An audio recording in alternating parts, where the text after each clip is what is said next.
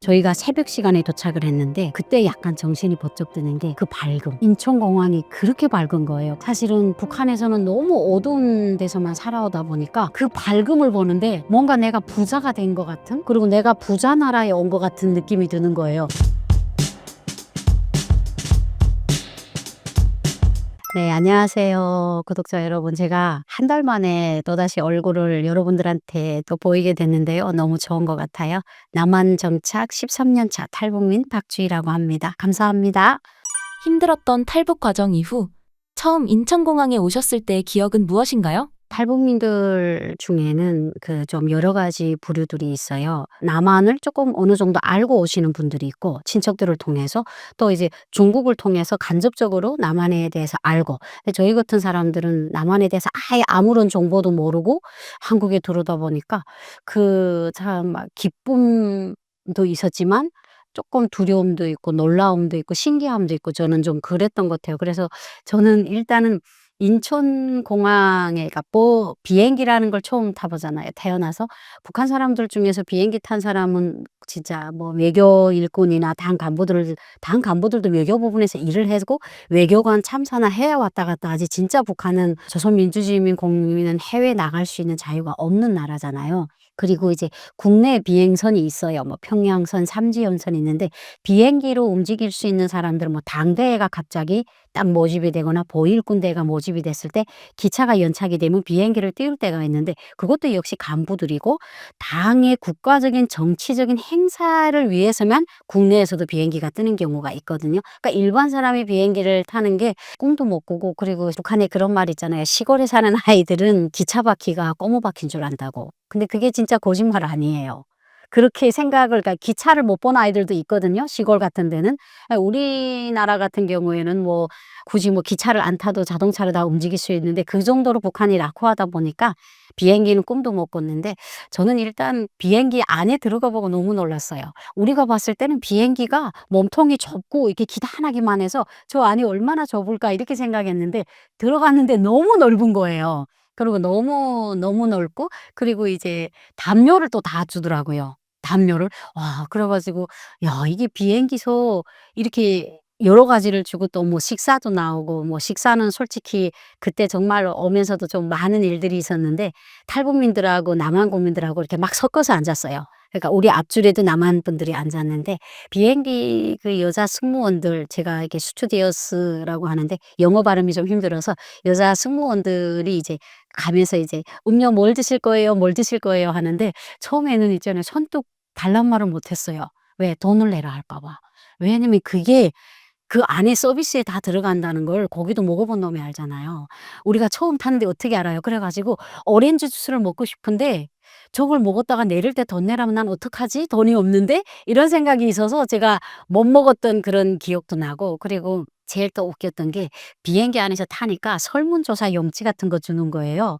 그러니까 "이 서비스가 마음에 들었냐? 당신의 현재 직위는 뭐냐?" 이런 게 있잖아요. 그러면 우리는 북한에서 왔으니까, 남한 사람들 같은 경우에는 뭐 사업가, 개인 소득자, 뭐 어느 회사, 거기다 체크하면 되는데, 우리는 북한에서 왔으니까 "당신의 직업이 이거 뭐라고 하지?" 그래 가지고 제 앞에 앉았던 분이 그 북한에 있을 때 제지 공장에 다니셨어요. 그니까 제지 공장 노동자라고 거기다 써 놨는데, 그 승무원분이 그 종이를 다 이렇게 나눠 주고 마지막에 다 걷어가잖아. 딱 보더니 "제지 공장 노동자." 이러는 거예요. 그러니까 그럴 정도로 우리가 정말, 그 특히 남자분들은 북한에서 거의 직행을 하다 보니까 더 모르는 거예요. 그래서 비행기서부터 저는 조금 멘붕이라고 해야 될까? 생각지도 못했던 그런 문화, 그리고 또 이제 밥을 먹었는데 이제 음식이 너무 작게 나와요. 딱 무슨 이렇게 유치원 아이들이 놀잇감, 이렇게 음식 빼빼노름이라고 하죠. 소꿉놀이 하는 것처럼 이렇게 음식이 나와서 '야, 어떻게 이렇게 밥을 쪼끔 주지?'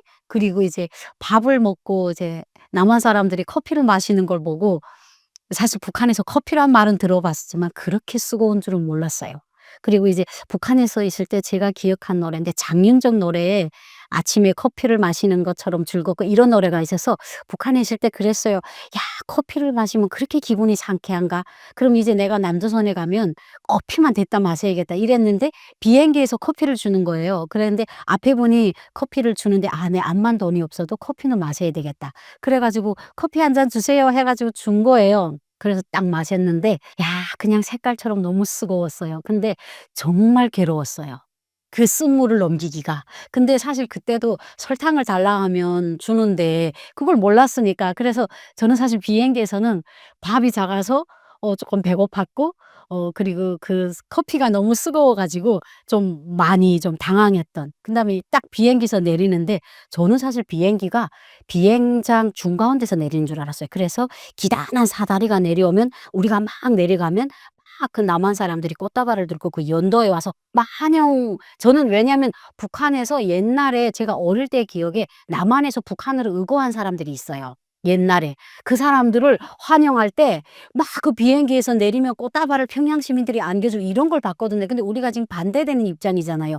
우리가 남한으로 탈북했잖아요. 아니 근데 그냥 무슨 이렇게 계속 복도 같은 데를 계속 가는데 그냥 어떤 건물 안에 들어와 있는 거예요. 근데 우리 탈북민들은 이제 일단은 입국 수속이 다 그 여건을 다 확인을 하면 그 어느 한쪽에 한쪽 그 안에 홀에다 이렇게 기다리게 해요. 왜냐면 국정원에서 버스를 나와야 되니까. 그래서 이렇게 앉아 있는데 그때 저희가 새벽 시간에 도착을 했는데 그때 약간 정신이 번쩍 드는 게 그 밝음. 인천공항이 그렇게 밝은 거예요. 근데 사실은 북한에서는 너무 어두운 데서만 살아오다 보니까 그 밝음을 보는데 뭔가 내가 부자가 된 것 같은 그리고 내가 부자 나라에 온 것 같은 느낌이 드는 거예요. 그러니까 북한은요. 해산역전, 청진역전 보면 그렇게 밝지를 않아요. 수령님 얼굴 있는 데만 불을 켜 놓고 대합실도 어떤 때는 정전이 돼요. 그래서 이제 자기 배낭 같은 것도 이렇게 안고 자야 돼요. 불이 있으면 밝으면 도둑놈이 물어 이렇게 훔쳐가는 걸 볼 수 있는데 그 정도로 전기 사정이 열악하거든요. 근데 인천공항에 새벽에 왔는데 너무나 밝은 거예요. 그러니까 이렇게 앉으니까 우리는 그 버스 올 때까지 기다리니까 사람들이 왔다 갔다 하는 걸 보잖아요. 그래 이렇게 봤는데 정말 뭐라고 해야 될까? 너무 편안한 옷차림? 남자고 여자고 다 운동화 신었어. 그리고 피부들이 하얗고 제가 봤는데 그리고 거의 다 안경을 끼셨어요. 근데 이제 사실은 북한에는요. 인테리만 안경을 끼거든요. 그래서 이제 안경을 우리가 누가 끼면 지금은 안경 낀 사람들이 제가 탈북하기 전보단 좀 많아졌지만 그렇게 많진 않아요.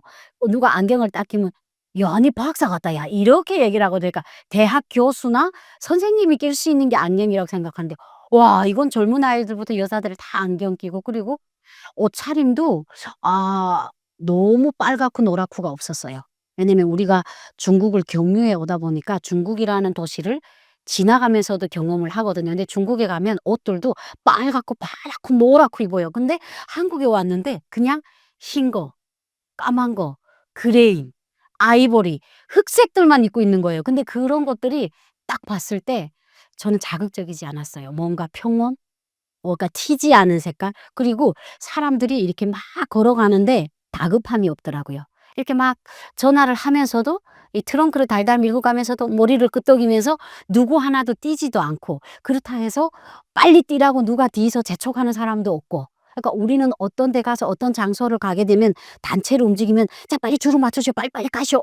항상 누군가 우리를 감시하고 우리를 이렇게 지도를 했거든요. 아니 근데 너무 자유야. 막 길을 막 이렇게 캐리어를 끌고 가던 여성분이 갑자기 뭐 캐리어를 끌고 화장실로 쑥 들어가고 그러더니 또 손 씻고 나오더니 또 의자에 앉아서 누구하고 전화하고 저는 그걸 딱 봤을 때 누구의 지시대로만 움직이던 사람이 저렇게 자유롭게 그냥 여권을 찍고 내가 거기서 놀아도 되고 그러니까 그런 것들이 전 너무 신기했어요. 그리고 그런 걸 보는데 평화가 보였다고 해야 되나? '아 그래. 이제는 내가 남조선에 왔구나.' 이제는 누구도 나를 보고 "박주희 씨는 아침 6시에 일어나서 정치 행사에 나오시오. 인민반동원 나오시오. 그리고 빨리빨리 가시오." 이런 걸 나를 누구 하나도 나를 단속하진 않겠구나. 그러니까 그 사람들의 그 여행객들의 평범한 그런 모습이나 얼굴 모습이나 걸음걸이 그 사람들의 행동에서 자유, 평화를 봤어요. 그리고 안정. 그리고 누구도 나를 감시하지 않겠다는 편안. 이런 것들이 조금 저는 인천공항에서 복합이 됐어요. 그런데 그것에 좀 더 좀 감동적이었던 게 조금 한 30분 기다리니까 인솔하시는 선생님이 "자 다 모이시오." 이게 아니에요. "자, 자 우리 조용히 이제 버스가 왔으니까 자 가야 됩니다. 자 사람들 주변에 있는지 다 한번 챙겨 보세요." 이러는 거예요. 사실은 "누구를 챙겨 보세요." 이런 말을 못 들었어요. 그냥 내가 누구한테 감시받으면 내만 이 대열을 따라간다고 생각하는데 그분이 주변 사람들이 다 같이 가는지 챙겨 보래요. 그래서 주변을 보고 버스가 왔는데 국정원 선생님이 "대한민국에 오신 여러분들을 환영합니다. 여기는 대한민국 인천공항입니다." 이렇게 하니까 그 대한민국이라는 말에 다가 울컥하고 그분이 아직도 저는 그분이 진짜 몸이 좋은데 양복을 입었는데 여기에 대한민국 배지가 있었어요. 저희는요 김일성, 김정일 배지만 있는 줄 알았거든요, 사람이 얼굴로만 된.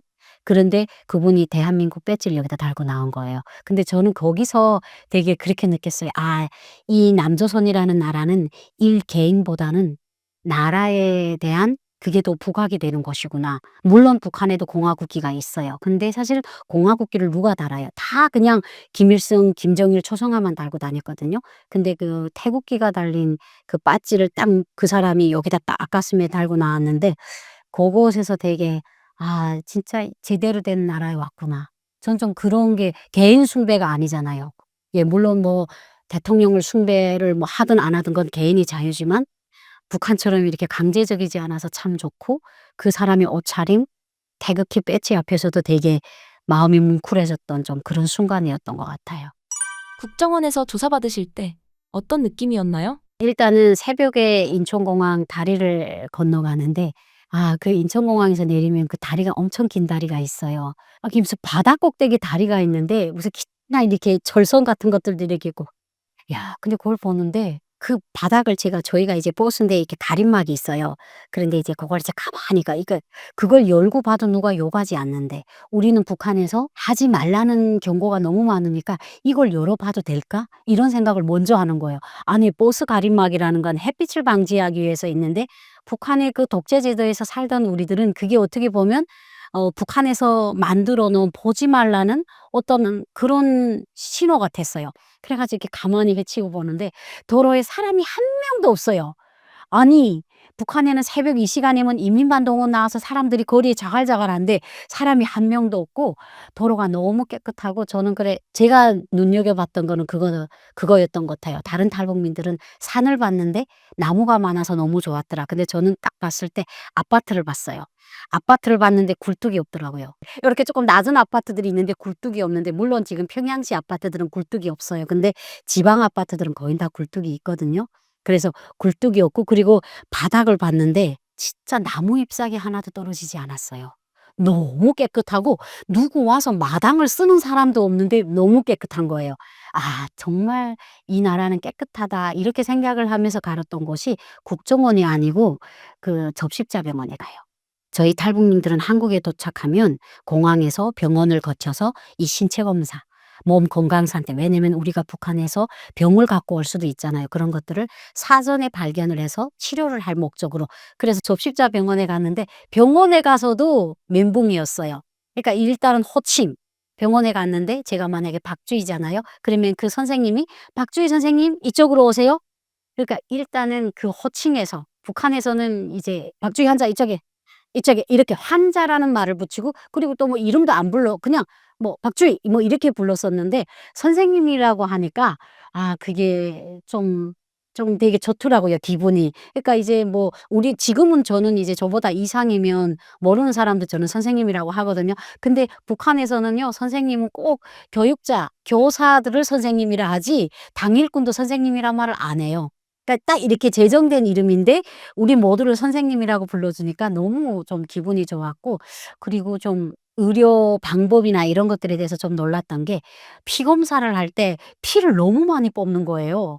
피를 북한에서처럼 몇 방울을 뽑는 게 아니라 이런 그 주사기에다가 4개 5 개를 뽑는데 처음에는요 그러니까 그런 거예요. 남한에서 의료 상황을 알고 그런 일이 부딪혔다면 그냥 가만히 있겠는데 피를 뽑는데 손을 이렇게 내밀었는데 내가 이렇게 묘사하면 '강도한테 속아서 지금 내 피를 지금 강도를 당하나?' 왜냐면 아예 몰랐으니까. 그래서 저는 그 피를 뽑을 때 계속 선생님을 의심의 눈초리로 봤는데 선생님은 그냥 아무 생각 없이 뽑는 거예요. 근데 그것도 이제 나와서 국정원에 나와서 알게 됐죠. 여러 가지 검사를 해야 돼서. 근데 그때 당시는 우리가 남한사에 대해서 아무도 몰랐기 때문에 그 피를 많이 뽑는 거에 대해서 우리들끼리도 많이 그랬어요. "야 우리 피를 모아서 팔아먹나?" 뭐 이런 말 같지도 않은 얘기를 많이 했는데 그게 약간 남북의 그런 의료 그런 것들이 시스템이 달라서 그랬던 것 같고, 그러니까 거기서 저희가 다 이제 엑스레이 찍고 초음파도 찍고 그래 가지고 갔는데 일단 병원이 너무 깨끗하고, 그리고 복도에 있는 의자를 봤는데 북한도 물론 이제 병원 의자는 나무 의자고 딱딱해요. 근데 거기 그 의자인데 소파인 거예요. 폭신폭신한 소파 돼 가지고 '야 좋다.' 그래 그때 들었던 느낌이 솔직히 말해서 그때 감정을 고대로 얘기하려면 '와 부산하러 왔네.' 그러니까 일단은 건물, 그다음에 그 의료시설, 그리고 버스 안, 그리고 이제 그 다리, 아파트 이런 것들을 봤을 때 다른 건 다 모르겠고 '잘 사는 나라에 왔네. 부자 냄새가 나네.' 약간 그런, 그때 13년 전에는 그런 느낌이 들었었어요. 처음 한국에 왔을 때 막막하셨을 것 같은데 한국에서 맺게 된 인연을 소개해 주신다면요? 한국 사람에 대한 인연은 그냥 간단하게 말하면 가장 잊지 못하는 게 딱 세 사람이고, 일단은 첫사람은 제가 하나원 국정원 때 만났던 신부님이세요. 그러니까 이제 거기에는 종교가 들어오잖아요, 이제 학생들. 근데 그때 제가 이제 천주교라는 데서 제가 방장을 했어요. 근데 거기 한 100 몇 명이 있었거든요. 그러다 보니까 저희가 퇴소할 때 신부님이 명함을 줬어요. 그러니까 저는 남한 사람한테 받는 첫 명함. 그런데 제가 하나원을 퇴소하고 3 일이 지나서 제 생일이었어요. 근데 무슨 생각이 드냐면 생일날인데 누구도 나한테 축하한다는 아는 사람이 없으니까 그런 것도 없고 내가 바닥에 밥상도 없이 라면을 놓고 끓여 먹는데 갑자기 울컥한 거예요. 이게 고향에 있었더라면 동생도 오고 좀 즐겼을 텐데 뭐 강냉이 밥이라도 배불리 먹어 갖 놓고 그냥 "언니 축하해." 막 이랬겠는데, 그래서 제가 막 그 하나원에서 나온 트렁크를 막 뒤지는데 명함을 하나 발견한 거예요. 그런데 거기에 신부님 명함이 있었어요. 냅다 전화했어요. 전화했는데 신부님이 모르는 거예요, 저를. 왜냐면 교육생이 너무 많으니까. 그래서 제가 "몇 기 반장입니다." 하니까 안녕하세요." 그러니까 지금 생각해 보면 아주 실무적인 그렇게 인사를 했는데 제가 "신부님 오늘이 제 생일인데요. 저 아무것도 못 먹었어요." 그래서 내가 울먹울먹 해 가지고 얘기하니까 신부님이 놀라신 거예요. 그래 가지고 그러면 "자매님 오늘 오후에 지하철 탈 줄 알죠?" "네 알아요." 그러면 어느 역전까지 오래요. 그래 가지고 하나원에서 같이 나온 동기생을 달고 그 역전에 갔는데 지금 생각하니까 서울 해화동이었어요. 그래 해화동에 가서 한식집에 가서 저희를 생일이라고 비싼 식당에 데려갔는데 아니 한식집이니까 음식이 접시는 이따만한데 음식이 쪼끔씩 들어오는 거예요. 그래서 제가 그때 생각해서 '아 신부는 월급을 못 한다니까 돈이 없었구나.' 그때 그렇게 그리고 그 한식집이 되게 화려한 건물이 아니었어요. 약간 귀털집처럼 만든, 지금 생각하면 너무나 운치 있는 곳이었는데 그때는 가난한 식당인 줄 알았거든요. 그래서 '야 내가 가난한 사람한테 괜히 생일날이라고 말했구나.' 제가 그래서 저는 첫 생일에 엄청 배고팠어요. 너무 음식이 쪼끔 들어온 거예요. 그리고 신부님이 그래서 저를 그날에 남산타워에 가서 남산도 보여주시고 했는데 그때 12년 전 인연이 지금도 있어요. 그래서 항상 그분이 제 삶의 멘토였어요. 그래서 제가 무슨 일이 생기거나 이러면 제가 항상 신부님한테 "신부님 저는 회사를 다니는데 이런 일이 생겼는데 저는 되게 제 생각은 그래요. 그분이 왜 그럴까요?" 그러면 신부님이 그분에 대해서 요구하거나 나에 대해서 요구하는 게 아니라 이게 "자 그 사람 상태에서는 아마 그렇게 생각했을 거예요." 이렇게 얘기해 주시는데 뭔가 들으면 내가 '오 그랬구나. 맞구나.' 그래서 항상 그분이 제 삶의 어떻게 보면 멘토, 키다리 아저씨 그런 역할을 했고, 또 그분도 지금까지도 이제 저뿐 아니라 저희 아들도 좋은 마음을 가지고 살 수 있게 항상 지금 케어를 해 주시고 지금도 이제 그 인연이 12 년째 이어지고 있거든요. 그리고 이제 제일 하나원에서 만났던 분은 그분이고, 두 번째로 만났던 분은 제가 먼저 오고 아들을 이제 북한에 놔두고 왔으니까 하나원을 퇴소하고 6개월인가 8개월이 지나야 여권이 나오더라고요, 저희는. 그러니까 제가 중국으로 가야 아이를 데려올 거잖아요, 북한에서. 그래 가지고 제가 일을 해야 되는데, 다른 친구들은 막 자격증 따 가지고 면접 보러 다니고 이러는데, 저는 제가 아이를 데려오려면 회사를 들어가면 안 됐어요. 왜냐면 출근을 하는데 몇 달이 걸릴지 모르잖아요. 그래서 제가 알바를 막 하고 있는데, 야 근데 진짜 정착 초기는 그랬던 것 같아요. 30대 후반에 왔으니까, 북한에서 30대 후반이면 정말 중년이에요. 진짜 어찌 보면 그냥 완전 아줌마. 직업을 잡기에는 그냥, 그리고 제 또래 하나원 동기생들 보면 사회복지사, 요양보호사, 식당, 마트 점원, 그냥 우리들이 할 수 있는 일들이 큰 자격이 없이도 될 수 있는 일들이었어요. 근데 저는 그마저도 못 들어봤어요.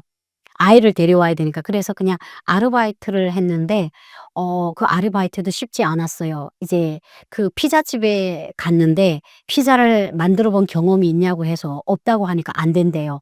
그리고 약간 그런 것들 말투에서 거부감을 좀 느끼셨던 것 같아요. 왜냐면 사람들한테 음식을 파는 그런 빵집인데, 제가 북한말을 하면 또 사람들이 또 싫어할까 봐 사장이 또 예 안 된다 하고, 그러니까 여러 번 제가 막말로 까이다 보니까 자존감도 내려가고 어떻게 살아야 될지 모르고, 그래도 어떡하겠어요. 살아야 되니까 계속 그 알바몬 있는 데를 찾았는데, 요양보호사를, 그러니까 80 몇 세 난 어르신이 치매가 왔는데 집에서 할 요양보호사를, 그러는데 거기 우대 조건이 뭐였는지 아세요? 집에서 하루 3 끼를 먹을 수 있다는 거예요. 그래서 제가 거기다가 전화번호 있어 갖고 전화했는데, 오래요. 면접 보러 오래요. 그러니까 어떻게 보면 회사가 면접을 보는 게 아니라 그 할머니의 자식들이 저를 면접을 보는 거예요. 그래 갖고 저는 지금도 그 역전이 모란역이었어요. 예, 저 기억해요. 분당 쪽이었던 것 같아요. 그래 가지고 그 집에 딱 들어갔는데, 그 전실에 그냥 그 형제들이 한 4-5 명이 앉아 있는데, 그냥 제가 딱 문을 열고 들어가는 순간에 그냥 신뢰하지 못한다는 눈빛? 이 어린 여자가, 그러니까 나이가 쪼끔 그래도 40 대 50대 분을 원했던 것 같아요. 그리고 가로를 치고 뭘 했냐면 "중국 조선족도 된다." 왜냐면 할머니가 치매가 오셨으니까. 그래서 저는 사실은 '에이 뭐 중국 사람도 되는데 북한 사람이 안 될까?' 이래 가지고 갔는데, 형제들이 보더니 안 된다고, 너무 젊어서 안 된다고, 이렇게 갈게 안 생겼다고 그러는 거예요. 그래 가지고 안 된다고 해 가지고 다 신발 신고 나가는데, 그 집의 맏아들이, 그때 당시 맏아드님이 62 세인가 그렇게 됐어요. 저한테는 아버지 뻘이었죠. 그분이 "그래도 사람이 여기까지 왔으니까 안 된다. 너가 어떻게 저렇게 이렇게 젊은 애가 너는 못한다. 가. 안 될 것 같다." 이러는 거예요. 그래 가지고 그분이 얘기하면서 나가려고 하시는 거예요. 그래서 제가 그분 다리를 딱 붙들었죠. 그래 가지고 난 그때는 그분한테다가 아저씨라고 했던 것 같아요. 울면서 아저씨 살려 달라고 하니까 그 아저씨가 신발을 한 짝을 신었는데 벗는 거예요. 딱 외관상 봤을 때 그분이 썩 훗날에 저한테 얘기했어요. 딱 외모를 딱 봤을 때는 너무 당돌하고, 그러던 아저씨 말이 세련되고, 그리고 되게 딱 부러지고 이런 일을 하게 생긴 아이가 아니더라는 거예요. 지금보다 한 13년 어렸으니까 좀 그렇게 보였을 수도 있겠죠. 그래서 제가 살려 달라고 하니까 아저씨가 신발을 벗고 다시 들어오는 거예요.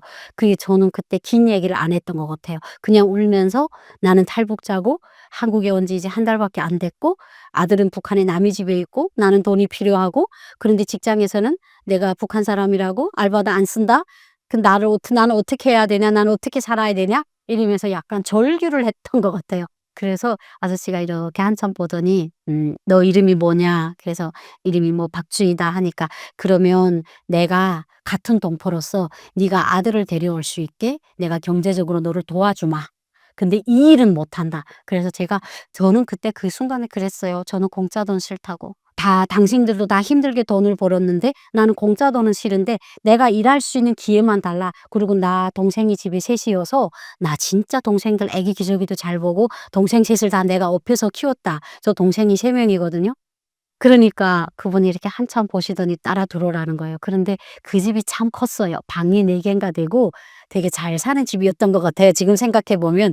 근데 이제 방 한 칸이었는데 할머니가 목을 이렇게 하고 누웠는데 여기 그냥 검버섯이 그 딱 봤는데 87 세인가? 근데 그냥 문을 딱 여는 순간에 그냥 악취 냄새가, 그러니까 이제 어르신들이 이제 대소변 막 이런 냄새고 또 아프니까 냄새 나잖아. 그래서 순간에 내가 멈칫하는 거예요. 그래도 나는 그때는 30 대였고 그래도 예쁜 원피스를 입고 왔고 향수도 그래도 싸구려 향수도 하고 왔고 저 뭐 약간 그럴 날라리를 식을 부릴 나이인데 흠칫하는 거예요 솔직히. 그래 가지고 흠칫해 가지고 근데 그 순간에 '아니다.' 그러니까 그 순간에 그냥 아들의 얼굴이 보였어요. 그냥 엄마를 기다릴. 그래 가지고 내가 '이게 무슨 사치냐.' 그래 가지고 따라 들어갔어요. 그래 가지고 아버님이 이제 할머니를 "자 이거 통째로 앉지 말고 어머님을 요렇게 오른쪽으로 60 도로 요렇게 제치고 기저귀 넣고 다시 요쪽을 요렇게 해서 들고 다리는 이렇게 해서 이렇게 하면 된다." 그렇게도 해 주고 그리고 아침마다 이제 수건을 적셔서 이렇게 세수도 해 주고 이렇게 해 주고 되고 전화번호를 주면서 무슨 일이 있으면 나한테 전화하고 그냥 그렇게 하고 기저귀 있는 데를 대주고. 근데 제가 생각했을 때는 안 어려웠어요. 물론 이제 간병도 여러 종류가 있겠죠. 이제 막 운신을 하셔 가지고 여기저기 다니면 힘들을지 모르겠지만 이분은 운신을 못 하셨어요. 그니까 내가 솔직하게 말하면 기저귀만 갈아 주면 됐어요. 그리고 할머니가 물 달라면 물 주고 죽 달라면 죽 주고 할머니 여기를 쪼끔 높여 가지고 베개를. 이거는 내가 북한에 있을 때 아버지가 한평생을 아프셨어요. 그래서 제가 집에서 아버지 간병을 많이 했어요. 그런데 나는 이게 안 힘들었어. 솔직히 말하면. 그러니까 내가 그때의 혁명 정신으로는. 그래서 그 아들이 간 다음에 내가 그 장판부터 일단 닦았어요. 할머니 주변을 깨끗하게 하고 할머니 인제 그리고 이제 저녁 시간이 돼서 딱 나가자는데 할머니가 나한테 이렇게 그 손을 겨우 이렇게 눈을 이렇게 알아보시고 눈을 껌뻑껌뻑 하시는데 이렇게 자기 옆에 자리를 톡톡톡톡 치는 거예요. "여기서 자래." 그러니까 할머니가 내가 장판을 닦으면 머리를 이렇게 돌리시더라고요, 사람이 있으니까. 근데 내가 무슨 말인가를 계속했어요. "할머니 많이 아프세요? 많이 아프면 말하세요." 그러니까 북한말을 한 것 같아요. 그리고 "오점이 마려우면 누세요. 괜찮아요." 막 이런 얘기를 하면서 장판을 막 닿는데 할머니가 저를 계속 제가 가는 쪽으로 가난 애기처럼 머리를 이렇게 돌리는데 저는 그때 그 할머니의 눈빛에서 아이를 봤어요. 그 할머니의 눈빛이 그랬어요. "나 놀고 싶어. 나 살고 싶어. 나 할 말이 많아." 이런 눈빛이었거든요. 그래서 할머니가 거기서 자래요. 그래서 저는 원래는 그 사장님이 아들이 나한테 "전실에서 자도 된다." 했어요. 근데 내가 할머니가 거기서 자래서 내가 베개를 가져다가 그 옆에 쭈그리고 잤는데 새벽에 6시 반에 맏아들이 온 거예요. 딱 왔는데 내가 할머니 곁에 자. 그니까 아들이 자기 그때 너무 감사했대요. 지금까지도 간병원을 4-5년 동안 쓰는데 할머니 곁에서 잤던 간병인이 없대요. 그래서 내가 거기서 자서 근데 저는 그게 어떤 것 같아요. 간절함과 쪼끔 진실이 있었던 것 같아요. 내가 돈을 받고 일을 하지만 그때 시급이 시간당 5,500 원이었어요. 근데 사장님이 저한테 10,000원을 주겠다고 했어요. 그리고 전기밥값만에 밥이 있는데 먹고 싶은 대로 먹으래요. 예, 그래서 저는 '내가 이렇게 힘들지 않았는데 이렇게 많은 돈을 받아도 돼?' 할 정도로 저는 사실은 너무 좋고 사실 중간에 30일 한 게 아니라 또 며칠 동안은 또 이제 제가 쉬느라고 또 집을 왔다 갔다 하고 했는데 어느 날에 제가 학원에 갔다가 이제 그다음 날에 할머니 집에 오기 전날인데 그 전날에 제가 할머니가 보고 싶어 갖고 왔는데 마당 앞에 지금 생각해도 좀 그런데 119가 와 있었어요. 그래 가지고 그 아저씨가 낮에 제가 학원에서 공부하는데 "주희야, 주희야." 이러는 거예요. 전화 와서 "네. 네. 네." 그다음에 내가 아저씨라다가 그다음에는 아빠라고 부르라 해서 아빠라고 해서 "네 아빠." 그러니까 아무래도 "할머니 병원 데려가야 될 것 같다." 그래서 "언제요?" 그랬더니 나는 순진하니까 병원에 가면 나도 따라갈 줄 알았어요. 그래 갖고 "언제요?" 하니까 "분당 서울대병원에 가야 될 것 같은데 오후쯤에서 아무래도 할머니가 힘들어 보여. 그니까 너 학원 끝나면 와." 이러는 거예요. 그러니까 할머니의 마지막을 보라는 거죠. 그러니까 병원 가기 전의 모습을. 그래서 저는 학원이 끝나서 밥을 먹어야 되는데 밥 먹고 싶은 생각이 없는 거예요. 제가 석 달 동안 할머니를 간병하니까 이게 가족 같더라고요. 그래서 제가 발이 막 어디 닿은지 못하게 역전 갔는데 그 할머니네 골목으로 가는데 119가 와 있고 그 구루마 같은 걸 감색깔 옷을 입은 그 사람들이 끌고 나오는데 할머니를 이제 거기다 나오는데 그때 감정을 뭐라고 해야 되나? 이제 할머니가 저를 못 알아봤어요. 네. 할머니가 하루가 다르게 악화됐었는데 그래 할머니 태우고 "아빠 나도 갈래요." 하니까는 "중환자실은 간병원이 못 가." 이러는 거예요. 그래서 그게 결국은 할머니의 마지막의 모습이었는데 그때 병원에 가서 금방 돌아가시지 않으셨어요. 오래 계시다가 1년 있다가 돌아가셔서 제가 그 장례식장도 갔다 왔어요. 그래서 마지막에 할머니를 병원에 입원시키고 그 아빠가 나한테 이제 결산을 해 줬어요. 그래서 만약에 한 달에 20일 일했으면 뭐 200만 원을 줘야 되는데 100만 원을 더 주시는 거예요. 그러면서 "아들을 어떻게든 데리고 와서 제일 데리고 오면 먼저 나한테 전화해. 그러면 내가 네가 차가 없으니까 아들을 다 데리고 좋은 곳에 데리고 다닐게." 이래 가지고 그 아버지하고 인연이어 가지고 저는 그때로부터 거의 한 넉 달 걸렸어요. 왜냐면 중국에 넘어갔는데 아들이 또 거기서 아파 가지고 한 달 동안 또 여관에서 치료받고 이렇게 데려오다 보니까 그래서 제가 한국에 와서 제일 먼저 한국에 왔을 때 그때 감정도 좀 얘기해 주고 싶은 게 북한에서 탈북을 해서 처음 인천공항에 들어올 때 느낌하고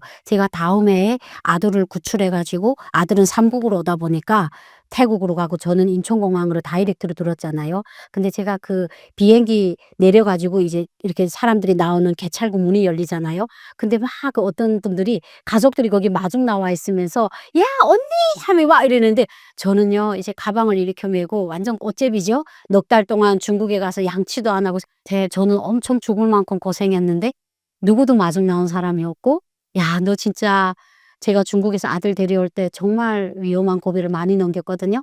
그러니까 나는 누군가를 붙들고 울고 싶은데 '나 이렇게 힘들게 아들을 구출했어요.'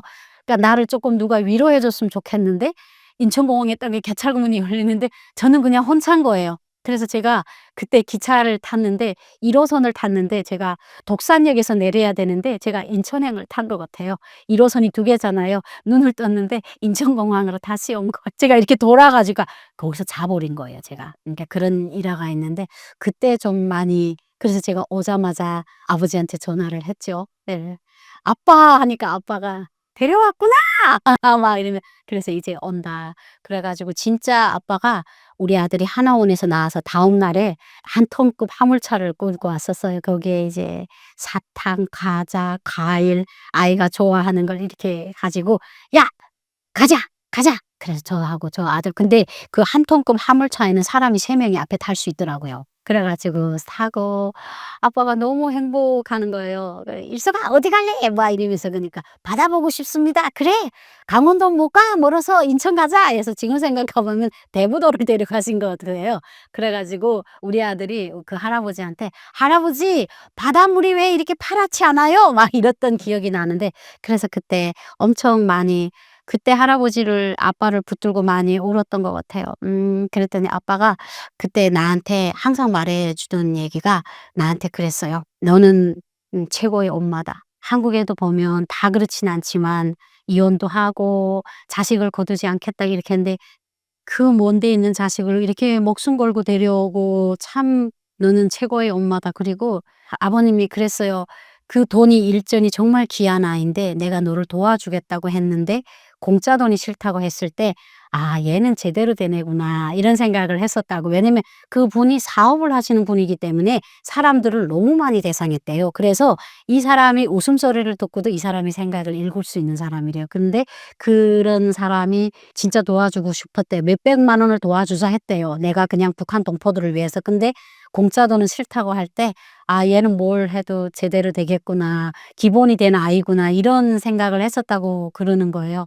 그래 그런 얘기들을 해서 그분하고 큰 인연이 되고 그리고 마지막으로는 세 번째 인연은 저희 아들을 데리고는 왔는데 제가 일을 하다 보니까 아이가 학교 갔다 오면 가서 놀 데가 없으니까 맨날 그 쓰레기장 옆에 그네 있는데 거기에 앉아 있다가 엄마가 저녁에 오면 막 뛰어와서 다리 매달려요. 그래서 그때 그 인근 교회에서 교회 목사님 사모님이 우리 아들을 거둬 줬어요. 직장 갔다 오면 우리 아들을. 근데 그 사모님이 후에 나랑 만나서 수첩을 나한테 내미는 거예요. "일석이 엄마, 일석이가 대한민국에 와서 제일 처음 웃은 날이 언젠지 아세요? 저는요 사는 게 바빠서 아들이 언제 웃었는지를 기억을 못 했어요. 근데 그 디딤돌 센터 같은 큰 이런 센터를 운영하셨는데 안 웃더래요. 그냥 볼이 부어 있고 그랬는데 수영장에 한번 데리고 갔는데 수영복을 입고 물놀이를 할 때 그렇게 웃더래요. 그래서 그 사모님이 사진을 찍어서 "오늘은 일석이가 처음 웃은 날." 이름의 그 날짜를 저한테 주시는 거예요. 아, 부모도 사는 게 바쁘다고 내 자식이 심리적으로 얼마나 힘들고 알긴 알지만 그걸 어루만질 여력이 없었단 말이에요. 근데 그분은 자기 자식도 아닌데 아이가 처음 웃은 날을 사진 찍고 날짜를 기억하고, 그리고 우리 아들이 이제 축구를 하다가 목에 불러져 갖고 수술할 때 그때 그 사모님이 자기 적금 통장을 깨셨어요. 그래서 100만 원을 현금을 인출하셔 갖고 저를 주셨어요. 아들 수술비 보태라고. 그런 걸 보면 되게 제가 사실은 솔직하게 말하면 이 인연들이 매일 만나고 매달 만나진 않아요. 정말 어떤 때는요 1 년에 한 번 전화하나? 왜 그분도 일하고 저도 일하고. 근데 전화를 해도 낯설지가 않은 거예요. "잘 지내시오 저 살아 있어요." 그러니까 저는 미안하면 그래요. "선생님 저 살아 있어요." 이렇게 하거든요. 그러면 그 말씀의 뜻을 다 아세요. 아이 데리고 혼자 살아가는 게 바쁜 게 언제 그러니까 '내가 일석이 엄마한테 전화가 안 오면 일석이 엄마가 잘 사는구나.' 이런 생각을 한대요. 그래서 그분이 후에 제가 그런 얘기를 했었거든요. "정말 감사하다." 이렇게 돈도 적금을 깨고 막 이렇게 해 주시고 해 보니까 열심히 사는 게 예뻤대요. 그냥 사실은 일석이 엄마를 처음에 딱 봤을 때 쪼끔 젊고, 그리고 또 외모도 보니까 또 이제 혹시 또 쉽게 돈을 쪼끔 벌고 그런 쪽에도 약간 치우칠 수도 있는데 사는 게 힘들어.